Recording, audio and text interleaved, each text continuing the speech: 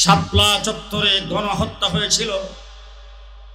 রাতের অন্ধকারে বিদ্যুতের লাইন কেটে দিয়ে পাখির মতো গুলি করে শত শত ইসলামপন্থী তৌহিদি জনতাকে তাহাজ্জুদরত, মোনাজাতরত, জিকিররত অবস্থায় যারা গণহত্যা করেছে, কিয়ামত পর্যন্ত জাতি জীবন তাদেরকে ভুলবে না। একদিন এই মাটিতে তাদের বিচার হবে হবে হবে ইনশাআল্লাহ। 2013 সালের সেই 5ই মের কথায় জাতি কারবালার ইতিহাসকে যেইভাবে স্মরণে রেখেছেন, বদর, উহুদ, খন্দককে যেইভাবে জাতি ভুলে যায় নাই, গোটা বিশ্বের মুসলমানদের ইমানি কোন আন্দোলনকে যেমনি করে ভুলে যায় নাই,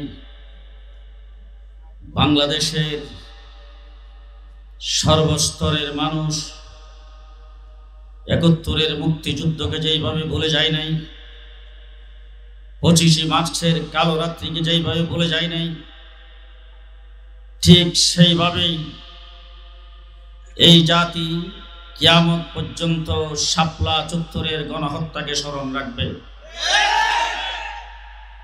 আজকে যারা শাপলা চত্বরকে নিয়ে মিথ্যাচার করে, তাদেরকে পরিষ্কার ভাষায় বলে দিতে চাই, শাপলা চত্বরে গণহত্যা হয়েছিল।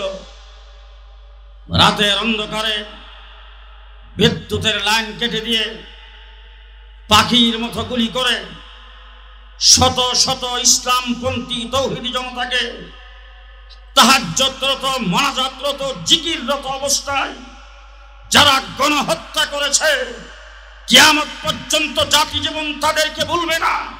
একদিন এই মাটিতে তাদের বিচার হবে হবে হবে ইনশাআল্লাহ।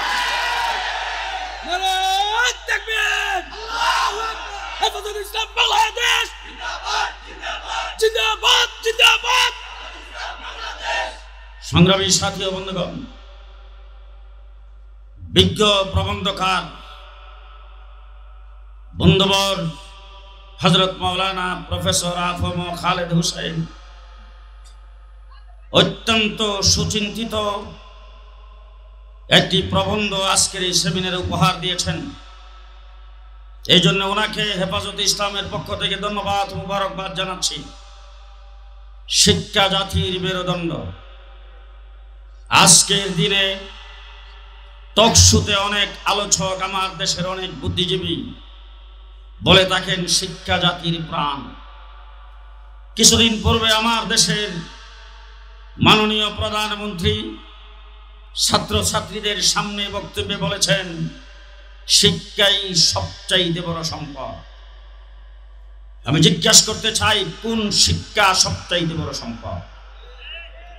গত রমজান মাসে ঢাকা ইউনিভার্সিটিতে যেইভাবে রং তামাশা হয়েছে, সাংবাদিকদের প্রশ্নে তারা বলেছেন রোজা রেখেছেন, তারপরও এটাকে রোজা ভঙ্গের কোনো কারণ মনে করেন না, রোজার কোনো ক্ষতি হবে না। যেইভাবে অঙ্গ তামাশা আমরা দেখেছি, আরে কোনো মুসলমান দূরের কথা, কোন সভ্য জাতি সেটাকে সমর্থন করতে পারে না। আজকে ধর্মীয় শিক্ষা না থাকার কারণে দেশ যারা পরিচালনা করেন, তাদের কেউ কেউ যখন বক্তৃতায় দাঁড়ায়, বক্তৃতায় বলে ঈদুল আজহার জানাজার নামাজ।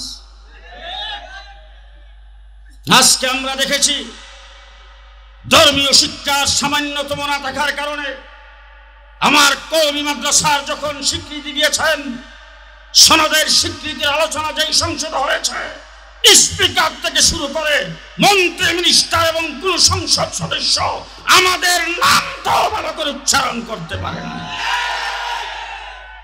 সংগ্রামী সাথী বন্ধুগণ, একটা জাতিকে ধ্বংস করার মূল হাতিয়ার হলো শিক্ষা এবং সংস্কৃতি। আজকে আমার দেশে গাপ্পি মেরে থাকা ইসলাম বিরোধী নাস্তিক আর মুক্তাদেরা এই দেশ থেকে ইসলামকে এবং সংস্কৃতিকে ধ্বংস করে দেশ নাস্তিক আর মুক্তাদে পরিণত করার জন্য এই দেশে শিক্ষা সিলেবাস নিয়ে পায়তারা করছেন।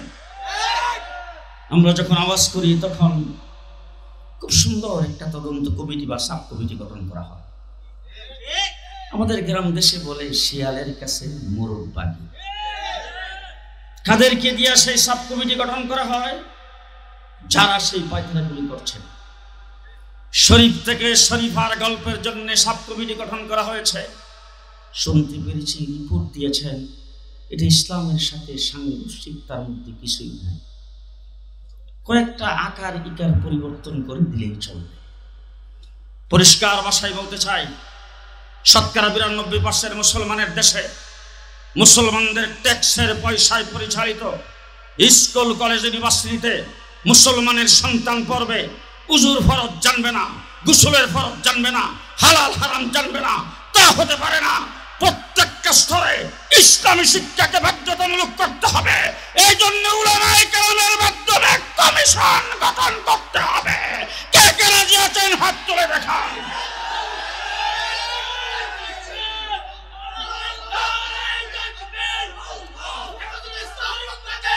শেষ কথা বলতে চাই, আপনারা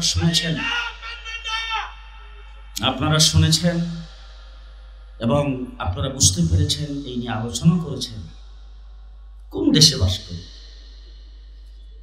এতদিন শুনতাম ভারতে বিভিন্ন জায়গায় মুসলমানদের উপর নির্যাতন হয়। ফরিদপুরের মধুখালীতে হেফজখানার 2 জন তরুণ ছাত্রকে হিন্দুরা পিটায় হত্যা করেছে। আজ পর্যন্ত সেটা কোনো প্রকারের কারা হত্যা করেছেন, কেন হত্যা করেছেন, সেই ডকুমেন্টস এখনো তৈরি হয় নাই। একটা লোক দেখানো তদন্ত কমিটি হয়েছে, লোক দেখানো ভাবে কিছু মানুষকে অ্যারেস্ট করছেন, কিছু মানুষের জন্য পুরস্কার ঘোষণা করছেন।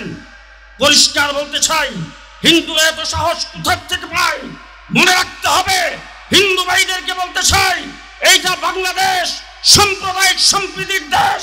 আপনারা এই দেশে আপনাদের ধর্ম পালন করেন, কেউ বাধা দেয় না, কিন্তু মনে রাখবেন এটা গুজরাট নয়, এটা দিল্লি নয়, এটা কলকাতা নয়, এটা কাশ্মীর নয়, এটা 90% মুসলমানের দেশে বাংলাদেশ, বাংলাদেশ, বাংলাদেশ। সুতরাং সাধু সাবধান, সাধু সাবধান। ধর্মকর্ম পালন করছেন এই দেশে নির্দ্বিধায়, আরামের সাথে কোনো বাধা বিঘ্ন নাই। যদি এইভাবে মুসলমানদেরকে বৃদ্ধাঙ্গুলি দেখান, এইভাবে যদি মুসলমানদেরকে হত্যা করেন, এইভাবে যদি মুসলমানদের উপর ঝাঁপিয়ে পড়েন, বাংলাদেশে মুসলমান কি করতে পারে সেটাও দেখা দেওয়া হবে ইনশাআল্লাহ। নাসরুম মিনাল্লাহ, ফাতহুন কারীম, অবশ্যই মুমিনিন। আসসালামু আলাইকুম ওয়া রাহমাতুল্লাহ।